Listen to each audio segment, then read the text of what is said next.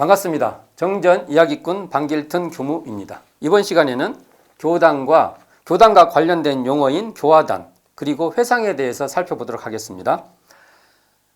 첫째, 교당 내왕시 주의사항은 처음에는 교무부 내왕시 주의사항이었습니다. 교당은 가르치는 데 힘쓰는 곳인 교무부와 관련되어 있는데요. 원기 12년에 발행된 불법연구의 규약에 본회의 취지 설명에 취지, 규약, 경전을 연습하기 위하여 교무부를 설립한다라는 말이 나오고, 이 불법연구의 7부 중 교무부의 직무, 교무부가 무엇을 하는가라는 교무부의 직무라는 사항에 본회의 취지, 규약, 경전을 가르쳐 연습시키며 동하 6개월의 공부인의 일기를 감정하며 연설과 산수를 가르치며 필요한 역사를 강습하기로 함이라고 규정하고 있는데요. 이러한 내용을 통틀어 봤을 때 교무부는 곧 경정 등을 가르치는 데 힘쓰는 기관이다, 이렇게 말할 수 있습니다. 결국 교당은, 우리가 교당이라 할 때 교당은 초창기에는 처음에는 교무부라고 말했고, 그러니까 교당은 교무부의 다른 표현이다, 이렇게 말할 수 있다는 것입니다. 이 말에 따른다고 하면 교무는 가르치는 데 힘쓰는 역할을 하는 지도인, 이 정도로 말할 수 있을 것입니다. 이처럼 교당은 가르치는 면에 중심을 둔 개념이라면 정기일기법에 나오는 학원이 나오는데, 학원은 배우는 관점을 중심한 표현이라는 것입니다. 어찌 보면 교당의 다른 또 역할을 학원이다고 설명한 것이고, 또 다른 역할을 선원이다, 이렇게 말하고 있다고 볼 수 있는데요. 결국 교무와 지도인, 교무라고도 하고 또는 지도인이라고 말할 때는 가르치는 입장에서 표현한 것이라고 한다면, 공부인 또는 학인, 이게 배우는 사람 할 때 학인 하지 않습니까? 공부인, 학인은 배우는 입장에서 표현한 말이다, 이렇게 말할 수 있을 것입니다. 자, 교당 내왕시 주의사항의 교당이란 공부인들이 지도인과 함께 수행을 훈련하는 그러한 장이다. 또 이 교당은 다른 말로 초창기에는 교무부라고 했고, 이 교당은 다른 말로 또 학원이라고도 할 수 있고, 그리고 교당의 다른 역할로 또 학원이 있고, 교당의 다른 역할로 선원도 있다, 이렇게 설명할 수 있을 것입니다. 그렇다면 교당은 과연, 이러한 교당은 외형적 건물이죠. 외형적인 하드웨어인가, 아니면 교법을, 이 가르침을 말한 이 교법을 중심으로 한 소프트웨어인가, 하드웨어인가 소프트웨어인가, 이러한 논의가 필요한 것이죠. 결론적으로 말한다면 교당은 하드웨어이면서 소프트웨어이다, 이렇게 말해볼 수 있을 것입니다.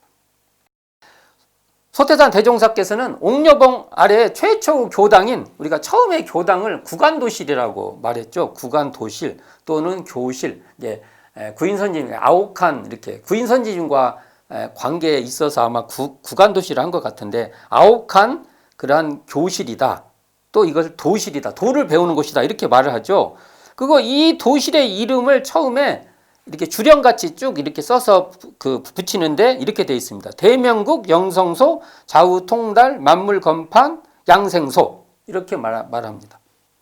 결국 이 교당은 이러한 용어로 따진다고 하면 우리가 구간도실의 도실이요, 또 교실, 배우는 곳, 배우는 교실인데, 이 뜻이 원래 크고 밝은 자리인, 그러니까 대명국, 영성소, 이러한 것을 키우는, 이러한 원래 크고 밝은 자리인 영성이 깃든 자리를 길러내는 양성소다, 이 말을 풀어보면 이렇게 되는 것이죠.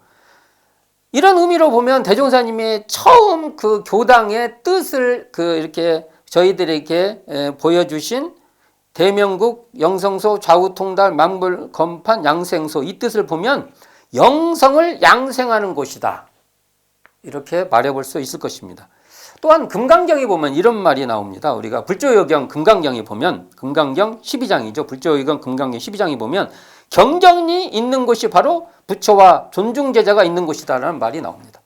이러한 논지로 본다고 하면 교당은 건물과 제도 같은 실체이기보다는 경전과 지도인을 중심으로 수행하는 그러한 시공간이다, 이렇게 말할 수 있을 것입니다. 단순한 어떠한 조직과 건물만을 말하지는 않는다는 것이죠. 결국 교당은 법을 중심으로, 교법을 중심으로 한 소프트웨어다. 이걸 중심으로 한 그러한 건물을 포괄하는, 그러나 건물에 한정되지 않는 그 안에서 법을 다루고 있는 교법을 수행하고 신앙하는 그러한 곳이다, 이렇게 풀어볼 수 있을 것입니다. 교당은 이론상 진리에 근원한 사은사요 삼학팔조를 신앙 수행하는 그러한 장으로 법의 적공이 있는 곳이고, 법의 힘, 법의 자기장이 이렇게 있는 곳에 우리가 참여해서 기쁨을 누리는 곳이다. 그러니까 교당 내왕에 있어 어찌 보면 우리가 이 교법에 참여하는 것이 핵심이라는 것이죠. 교당은 교당 내왕에 있어 지도인과 함께 신앙 수행을 훈련하는 그러한 곳이다. 또 이 교당에 있는 지도인은 이러한 역할을 하는 중심 인도자다. 이렇게 풀어볼 수 있을 것입니다. 자, 그 다음에 교당과 교화단의 관계입니다. 교당 이코르 교화단, 이렇게 말할 수도 있지만 또 하나는 교화단은 교당의 어떠한 역할이다, 이렇게 말해볼 수 있죠. 소태산 대종사께서는 처음 교화를 시작할 때 진실하고 신신궂은 9사람을 먼저 고르시어 표준제자로 삼으십니다. 10사람을 한 단으로 이렇게 말한다고 해서 이 11일단을 하는데, 이 단으로 최초 단을 조직해서 우리가 창립정신을 실현하게 되죠. 우리가 지금 알고 있는 방언공사, 법인성사 등은 창립의 역사를 실현했다는 것이죠. 그러니까 이 11일단, 이 11일단의 교화단은 창립정신의 뼈대요 축이라고 말할 수 있는 것입니다. 대종경 서품 6장에서 소태산 대종사께서 말씀하십니다. 이 단은, 이게 11일단의 단이죠. 이 단은 동서남북 상하 사유의 시방세계를 응하여 조직한 것이니, 단장은 하늘을 응하고 중앙은 땅을 응하였으며 팔방단원은 팔방을 응한 것이라. 펴서 말하면 이 단이 시방을 대표하고 거두어 말하면 시방을 한 몸에 합한 이치라고 천명하십니다. 그러니까 이 교당을 규정할 때 상당히 중요한 내용 중 하나가 이 교화단의 역할인데, 이 교화단의 역할도 어떤 외형적, 어떤 행정적 역할만 살펴볼 게 아니라 그 뜻이 가지고 있는 그 본의를 우리가 살펴보는 게 중요할 것 같습니다. 이게 외형적 조직에만 한정되고 그걸 어떻게 조직할 거란 것만 몰두할 것이 아니라 무엇을 말하려고 이러한 그 상징적 역할을 말했는가를 살펴볼 필요가 있다는 것이죠. 그러니까 여기서 10인1단에서 이 10인은 천지팔방을 표현하는데, 이것은 공간적 방위만을 말하는 것이 아니라 각자 자신이 처하고 있는 상황, 곧 그 삶의 방위를 말하고 있다. 내가 위치하고 있는 것을 말한 거죠. 이렇게. 그러니까 이 단을 그 대종사님 법문의 말씀에 따라서 살펴보면, 이 단은 우리가 어떤 단을 이렇게 형성됐다고 할 때, 이 단은 펴서 펼치면 각 방위의 주인공으로 교법을 실행하는 대표 선수라는 겁니다. 그러니까 우리가 단원이 된다는 것은 대종사님의 교법을 가지고 그 방위의 주인공 역할을 하는 그런 대표 선수라는 것이죠. 그리고 합하면 이러한 각 방위의 대표 선수들이 한 마음으로 하나가 된다. 한 마음으로 모인다. 이렇게 해석해 볼 수 있을 것입니다. 그러니까 이 교당이라는 것을 말할 때 이 10인일단의 교화단을 통해서 우리의 역할을 대종사님께서는 부여해 주신 거라고 봅니다. 그러므로 10인일단의 단원이 된다는 것은 진리의 소속이 되는 것이며, 자신의 처한 자리에서 법에, 교법에, 대종사님이 밝혀주신 이 법의 대표 선수가 된다는 것입니다. 먼저 실천하고 그것을 구현하는 사람이 된다는 것이죠. 그러니까 처의 자신의 삶에서 진리를, 대종사님의 교법을 대표하는 주인공이면서 진리의 소속으로서 진리의 품에 안긴 진리의 멤버가 된다는 겁니다. 우리가 그러니까 교당에서 단원이 된다는 것은 우리가 진리의 대종사님의 교법의 멤버가 됐다. 교법을 실행하는 참여자가 됐다. 이러한 그 뿌듯함, 그러한 자신감이 있는 것이다. 이렇게 말할 수 있는 것이죠. 그러니까 가정에서도 직장에서도 맡은 바 역할과 위치에서 소태산 대종사의 법을 담지한 주체자요 실현자로 주인공이 된다는 것이죠. 그러니까 우리가 교당을 내왕한다는 것은 이러한 뭐라고 할까요?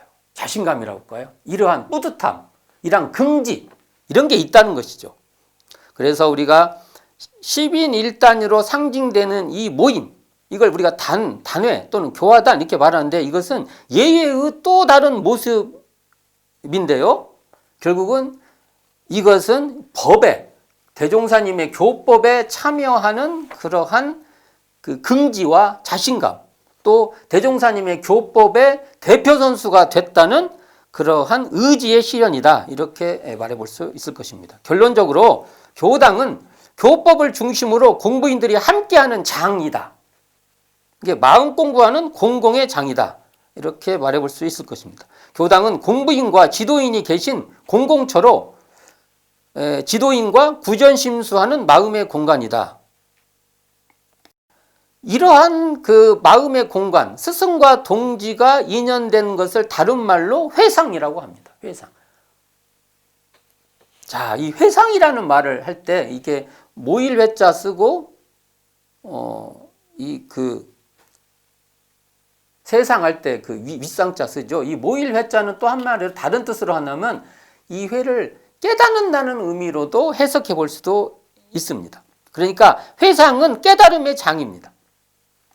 회상에 참여한다는 것은 깨달음의 가르침에 참여하는 그러한 보람, 기쁨이라는 것입니다. 이러한 회상이란 것은 이렇게 깨달음의 장이요 공부의 장으로 이 공간에 참여함으로써 스스로 공부길에 드는 공부인이 된다는 것이고 서로 공부인으로 만난다는 것을 뜻합니다. 그러니까 우리가 회상에 함께한다는 것은 엄청난 의미가 있다는 것이죠. 그래서 성가 126장에 세회상 만난 기쁨처럼 우리 교당은 깨달음의 회상의 근거에서 우리가 그러한 기쁨의 보람에 함께하는 것이다. 이렇게 풀어볼 수 있을 것입니다. 이처럼 교당은 깨달음의 모임인 회상이며 단회는 예외로 교당의 한 활동이라는 것이죠. 우리가 보통 단회를 한다 하면은 이것은 초창기에는 단회도 예외의 한 방법으로 사용한 것입니다. 자, 우리가 그 상시운용주의상으로 공부하는 중에 교당 내왕을 통해서 동지와 함께 지도인의 도움을 받아 서로 문답하고 감정 해오를 하는 곳이 바로 교당이며 또한 정기훈련의 전문 공부를 준비하며 매 예배날에는 공부에만 전심하며 소득유물을 반조하여 실생활에 활용하기를 주의하는 곳이 바로 교당이라는 겁니다. 여기서 우리는 지도인이 등장하는데 지도인은 뭐냐?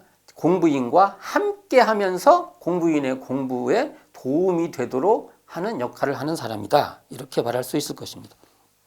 대종경 수행품 49장에 이런 말씀이 나옵니다. 교당의 역할을 규정하는 중요한 말씀인데요. 기술을 배우는 사람은 그 스승에게 기술의 감정을 받아야 할 것이요. 도학을 배우는 사람은 그 스승에게 시비의 감정을 받도록 하나니 기술을 배우는 사람은 기술의 감정을 받지 아니하면 그 기술은 줄맞는 기술이 되지 못할 것이요. 도학을 배우는 사람은 시비의 감정을 받지 아니하면 그 공부는 요령 있는 공부가 되지 못하리라 라는 말이 나옵니다. 여기서 결국은 지도인의 역할이 나오는데 지도인은 하명하는 게 아니고요. 공부인의 공부가 이렇게 줄맞는 공부가 되도록 도움을 주고 함께하는 그러한 역할이다.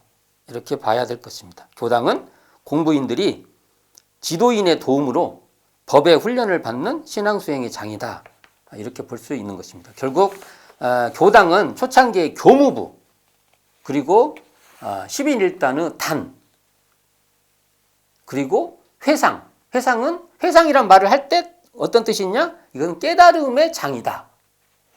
깨달음과 함께하는, 그래서 교당은 이 깨달음, 그 공부길, 공부인, 지도인 이런 말과 연관된 그러한 뜻이다. 이렇게 말해볼 수 있을 것입니다. 이번 시간에는 교당과 11일단의 교화단 그리고 회상 이 관계에 대해서 살펴보았습니다. 감사합니다. 지금까지 정전이야기꾼 방길튼 교무였습니다.